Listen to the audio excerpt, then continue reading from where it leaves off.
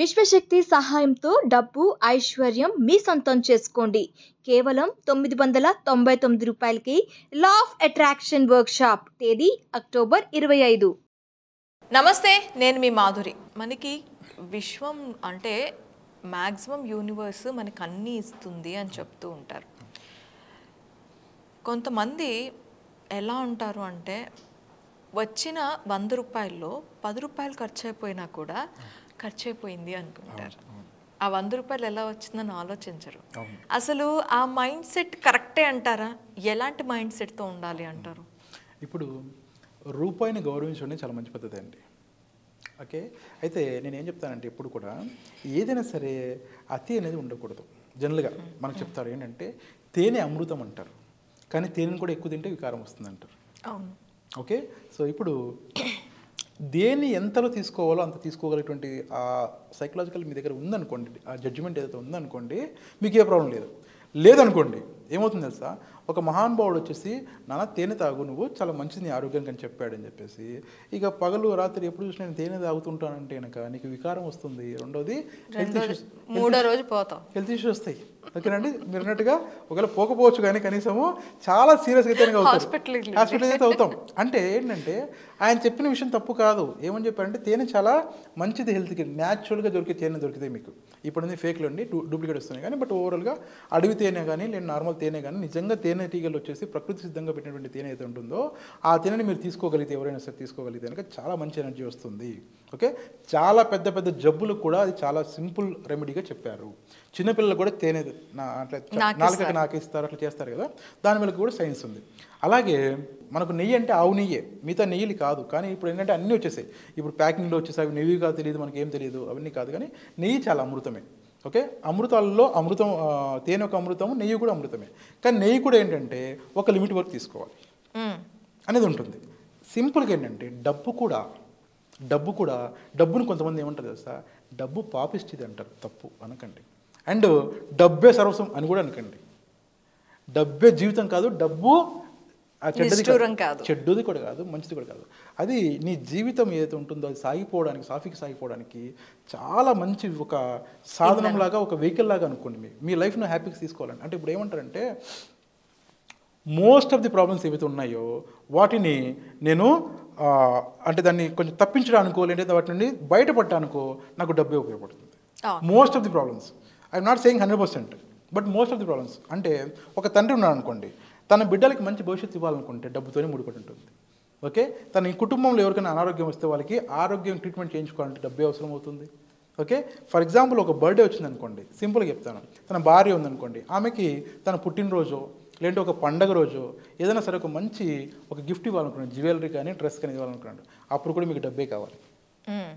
కాబట్టి డబ్బులు అవసరం లేదు నాకు, లేదా డబ్బు అనేది నీచము, డబ్బు అనేటువంటిది దుర్మార్గము అనుకునే వాళ్ళు ఎవరు కూడా ముందుకెళ్ళలేరు. డబ్బే సర్వస్వము, డబ్బు తప్ప నాకు ఏమొద్దన్నాం అనుకున్నా కూడా వాళ్ళు ముందుకు పూర్తిగా వెళ్ళారు, ఎక్కడ చోట ఆగిపోతారు. కాబట్టి ఈ రెండు కాకుండా బ్యాలెన్స్ చేసుకునేలాగా ఉండాలి. సో డబ్బు చాలా ఇంపార్టెంట్.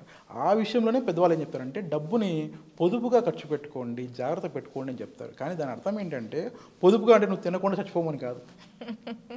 కొంతమంది ఏం చేస్తారంటే ఇప్పుడు ఫర్ ఎగ్జాంపుల్ కుటుంబంతో బయటికి వెళ్ళారనుకుంది, ఎక్కడికైనా బయట తినడానికి వెళ్ళారనుకుంది, ఓకే, లేదంటే ఒక విహారయాత్ర వెళ్ళారనుకుందాం, ఎక్కడికో చోటుకి వెళ్ళారనుకుందాం, ఒక ట్రిప్పు. ఓకే, వెళ్తే ఈయన ఏం లెక్కేసుకుంటాడు, పాపం పేదవాడు కాబట్టి లేదా మిడిల్ క్లాస్ కాబట్టి లెక్కేసుకుని తప్పలేదు. కానీ బట్ ఏం లెక్కేసుకుంటాడంటే పిల్లలు తినటువంటి చాక్లెట్ ₹20, లేదా కనుక భార్య తీసుకున్నటువంటి చీర ₹100, ₹200 ఏదో చిన్న చిన్న ఏ ఉంటాయి కదా, ప్రతి ఒక్కరు క్యాల్కులేట్ చేసుకుంటూ కూర్చున్నాడు అనుకోండి, దాన్ని ఏదో ఎంజాయ్ చేయలేడు. అవును, ఆ ట్రిప్ని ఎంజాయ్ చేయలేడు ఫస్ట్. రెండవది కోపం చిరాకు వస్తూ ఉంటుంది. భార్య పొరపాటు నాకు ₹1000 ఏదైనా చూపించింది అనుకోండి, ఒక వస్తువు అండి, ఇదేదో టెంపుల్కి వచ్చాం కదా, ఇక్కడ బాగా ఫేమస్ అంటండి, ఇది తీసుకెళ్తే ఇంట్లో మంచి జరుగుతుందని ఏదో తీసుకుంటారు వాళ్ళు, ఒక ₹1000 ఏదైనా. ఈయన గుండెలో బయలుపోతుంటాయి, ₹1000 తీసుకున్నాను. మళ్ళీ పిల్లలు నాన్న నాకు అవి తీసుకున్నాను కనుక వాళ్ళకి మళ్ళీ అలా కాదు. ఏంటంటే మీరు తింటున్న ఫుడ్ కావచ్చు. ఇప్పుడు ఏంటంటే దీన్ని ఒక పెద్ద ఆయన ఏం చెప్తారంటే మీరు ఖర్చు పెట్టే ప్రతి రూపాయిని మీరు ఖర్చులో చూడకండి.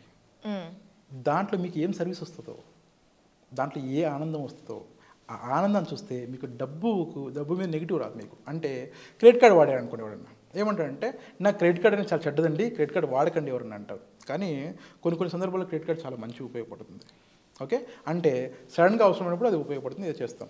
ఇప్పుడు ఆ క్రెడిట్ కార్డు వారి మీరు ఏదైనా సరే ఒక రెస్టారెంట్ బిల్ పే చేశారనుకోండి, మీ కుటుంబం అంతా కలిసి తింటున్నారు కదా, భోజనం చేస్తున్నారు కదా, మీకు అంత మంచి ఫుడ్ ఆ టైంకి, ఫర్ ఎగ్జాంపుల్ మీరు రోడ్డు మీద వెళ్తున్నారు, మీకు ఫుడ్డే దొరకలేదు ఎక్కడ, మీకు ఫుడ్ ఎక్కడ దొరకలేదు అనుకోండి, ఇమాజిన్ చేసుకోండి, రోడ్డు మీద ఏ షాపులు లేవు, ఏం లేవు, తినడానికి ఏం లేవు, సడన్గా మీకు ఒక చిన్న హోటల్ కనిపించింది అనుకోండి, వాళ్ళ దగ్గరికి ఒక 500 రూపాయలు ఇస్తే వాళ్ళు కడుపుంటా మనకు అందరికి భోజనం పెట్టారనుకోండి, మీరు ఎంత గ్రేట్ఫుల్గా ఉంటారు, ఎంత అనిపిస్తుంది మీకు. మీరు 5 కిలోమీటర్లు 10 కిలోమీటర్లు జర్నీ చేసిన తర్వాత కూడా మీకు ఎక్కడ కూడా తాగడానికి నీళ్ళు లేవు, తినడానికి ఏం లేదనుకున్న టైంలో వాళ్ళు మీకు ఫుడ్ ఇచ్చారనుకోండి, ప్రొవైడ్ చేశారనుకోండి, అది హోటల్ రూపంలో కానీ ఏ రూపంలోనే కానీ, అప్పుడు మన కడుపు నింపుకొని మన ఆకలి తీర్చుకున్నాం కదా, ఆ ఫీలింగ్ చూపించాలి తప్ప, ఓకే, నేను ఇచ్చిన 500 చూడకూడదు, అరే 500 రూపాయలు ఖర్చు అనుకోకూడదు. ఇక్కడనే మనం ఆలోచించాల్సింది ఏంటంటే, ఏదైనా సరే మీరు ఖర్చులా భావించి నెగిటివ్ చూస్తే కనుక దానికి కొంచెం డిస్రెస్పెక్ట్ లాగా అవుతుంది అంటారు. ఓకే, మనకి వచ్చిన దానికి డిస్రెస్పెక్ట్ అవుతుంది. అంటే ఇప్పుడు మనకి ఏదైతే వచ్చిందో అంటే ఆ వచ్చిన దానికి డిస్రెస్పెక్ట్ అవుతుంది, కాబట్టి అది చేయకూడదు.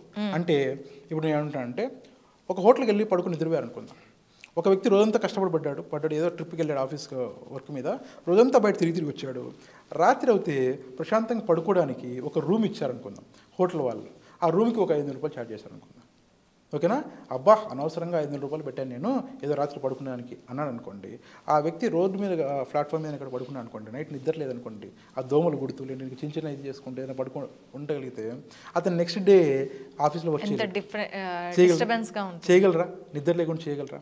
అంటే మీరు దేనికి మీరు గ్రాట్యూడ్ చూపించాలి తెలుసా అండి, దేనికి థ్యాంక్ఫుల్గా ఉండాలి, దేనికి పాజిటివ్గా ఆలోచించాలంటే, ఆ ప్రొవైడ్ చేశారు చూసారా, రూమ్ అయితే ప్రొవైడ్ చేశారు హోటల్ వాళ్ళు, ఆ 500 తీసుకొనేసి వాళ్ళకు మనము ఇచ్చేసుకోవాలి. సో మనం ఏంటంటే, ఖర్చు పెట్టిన దానికంటే మనం ఖర్చు పెడితే ఏదో వస్తుందో, మనం ఖర్చు పెట్టినప్పుడు ఏదో మనకు వస్తుందో, ఓకేనా, దాన్ని మనము హ్యాపీగా తీసుకోవాలి, పాజిటివ్ ఆలోచించడం ఇక్కడే.